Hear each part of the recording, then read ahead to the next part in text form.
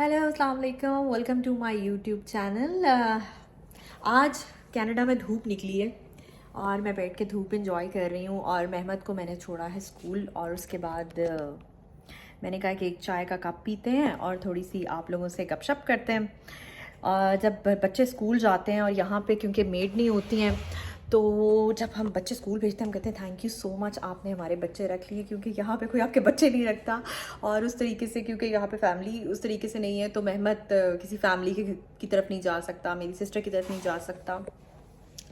तो एक्चुअली मैंने सोचा कि मैं आज इस टॉपिक पे बात करती हूँ कि जब हम लोग कनाडा आए हैं, तो आप लोग अगर कनाडा आना चाह रहे हैं तो क्या क्या डॉक्यूमेंट्स रिक्वायर्ड होते हैं। मोस्टली लोग मुझसे पूछ रहे होते हैं कि आपके कौन से डॉक्यूमेंट्स आपके लगे थे जो आप आई यहाँ पे, आपका कौन सा केस था। डिफरेंट चीज़ें होती हैं। कुछ लोग विज़िट वीज़ा जो है वो लोग लगवाते हैं, तो उनको यही नहीं पता होता कि उनको कौन कौन से डॉक्यूमेंट्स चाहिए।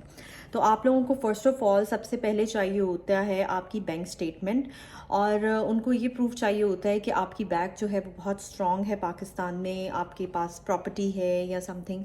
तो आपको कुछ ना कुछ शो करवाना पड़ता है। अगर आपके पास डॉक्यूमेंट्स नहीं है, कि अगर आपके पास अपनी कोई प्रॉपर्टी नहीं है, तो उनको अच्छा खासा बैंक स्टेटमेंट दिखानी पड़ती है ताकि उनको ये यकीन हो। और आपके काम के एम्प्लॉयमेंट लेटर या किसी के साथ आप काम कर रहे हैं, आपकी पे बहुत अच्छी है, तो वो उनको प्रूफ दिखाने पड़ते हैं। ऑलमोस्ट 6 महीने की बैंक स्टेटमेंट जो है वो लाजमी साथ लगती है। और उसके अलावा मैंने अपने काम और चीज़ों के एमआर के डॉक्यूमेंट्स लगाए थे। मैं उस टाइम एमआर के साथ भी काम कर रही थी, और क्योंकि मैं टीवी एक्ट्रेस थी, मैंने अपने वो डॉक्यूमेंट्स लगाए थे और अपनी बैंक स्टेटमेंट लगाई थी।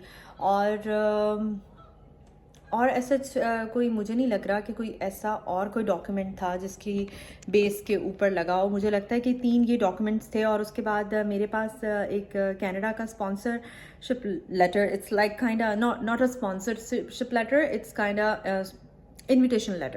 इनविटेशन लेटर था जो कि मेरे फ्रेंड ने मुझे सेंड किया था। तो उस इनविटेशन लेटर को साथ लगाया था। और ऑफ कोर्स उनका क्या स्टेटस है यहाँ पे, पीआर पे हैं तो उनका कार्ड साथ लगता है, और अगर उनका सिटीजनशिप है तो उनके पासपोर्ट की पिक्चर लगती है। ये चीज़ें होती हैं जो ज़रूरी। और अगर आप कनाडा आ रहे हैं और आपके पास ड्राइविंग लाइसेंस के लिए, यहाँ पे आपको फील होगा कि ड्राइविंग लाइसेंस के बगैर आप पैरालाइज फील करेंगे, तो मैंने बहुत बड़ी गलती की है। आप लोग वो गलती मत कीजिएगा। अगर आप कनाडा आ रहे हैं तो आपको अपना इंटरनेशनल लाइसेंस लाजमी लेकर आना है, और हेल्थ इंश्योरेंस करवा लीजिएगा। बाकी यहाँ पे जब आएंगे आहिस्ता आहिस्ता चीज़ें आपको समझ आना शुरू होती हैं, क्योंकि एक नई जगह होती है और ज़ीरो स्क्रैच से सब कुछ शुरू करना पड़ता है। क्योंकि यहाँ की ज़िंदगी और पाकिस्तान की ज़िंदगी बिल्कुल डिफरेंट है। लगता है वो दुनिया अलग है, ये दुनिया अलग है, क्योंकि हम उस सिस्टम में पले बढ़े होते हैं। तो यहाँ का सिस्टम जो है बिल्कुल डिफरेंट होता है। तो आपको आने से पहले इस चीज़ का माइंड मेकअप करके आना पड़ता है कि आप एक नई स्ट्रगल में जा रहे हैं।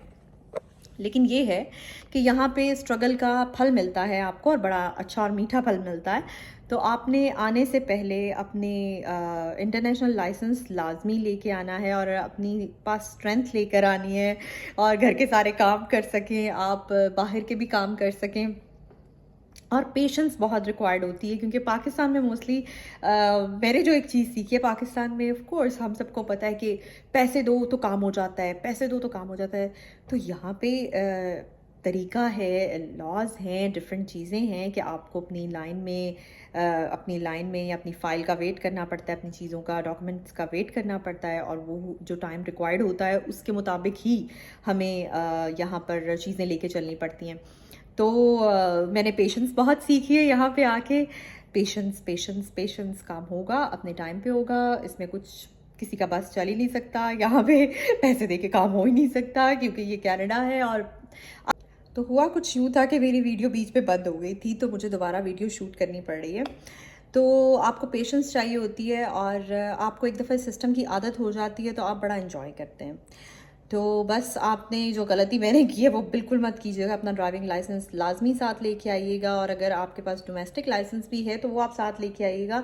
क्योंकि अगर आप यहाँ पे सेटल होना चाहते हैं तो आपका वो जो एक्सपीरियंस होता है वो यहाँ पे काउंट होता है। क्योंकि यहाँ पर पहले G1 टेस्ट देना पड़ता है, उसके बाद 8 महीने वेट करना पड़ता है फॉर G2 टेस्ट के लिए। लेकिन अगर आपके पास वहाँ का डोमेस्टिक लाइसेंस है तो आपको वो 8 महीने वेट नहीं करना पड़ेगा। आपका जो एक्सपीरियंस है वो उसमें ऐड ऑन हो जाएगा। और यहाँ की सर्दी के लिए बिल्कुल तैयार रहिए आप। पाकिस्तान में जितना हम समर से तंग आए होते हैं, यहाँ पे हम विंटर से तंग आए, तो कब आएगा समर? ये मैंने कोई सदियों बाद मुझे लग रहा है मुझे समर वाली फील आ रही है। तो मैं तो बहुत इन्जॉय कर रही हूँ। मैं आपको भी दिखा देती हूँ। वैसे पाकिस्तान में मोस्टली लोग कह रहे होंगे हम तो तंग आ चुके हैं। मेरी फ्रेंड को मैंने कॉल की एंड शी वाज लाइक कि हमें डर लगता है पाकिस्तान के समर से। तो मैंने उसको बोला कि मतलब मुझे हसरत हो रही है कि मैं वीडियो कैम पे कॉल कर रही हूँ घर वालों को, तो पीछे फ़ैन ऑन है और वो कह रही हैं अब तो एसी ऑन करने का वेदर आ गया है। आई वाज लाइक उफ। और जब आपकी पहली ईद आती है यहाँ पे, फिर आपको बहुत रोना आता है, आपको अपना मुल्क याद आता है। लेकिन वही बात है, यहाँ पे लोग बहुत बहुत कुर्बानियाँ देते हैं, कुर्बानियाँ देनी पड़ती हैं। बहुत बड़ा दिल करके आइएगा। और मुझे पता है कि लोग यहाँ पे अपने बच्चों के लिए, उनके अच्छे फ्यूचर के लिए मूव हो रहे हैं, तो यहाँ पे बहुत सारी अपॉर्चुनिटीज़ हैं अल्हम्दुलिल्लाह माशाल्लाह। लेकिन आपको उसके लिए सब्र रखना पड़ेगा और एक प्रोसेस के थ्रू चीज़ें हैं जो यहाँ पर चलती हैं।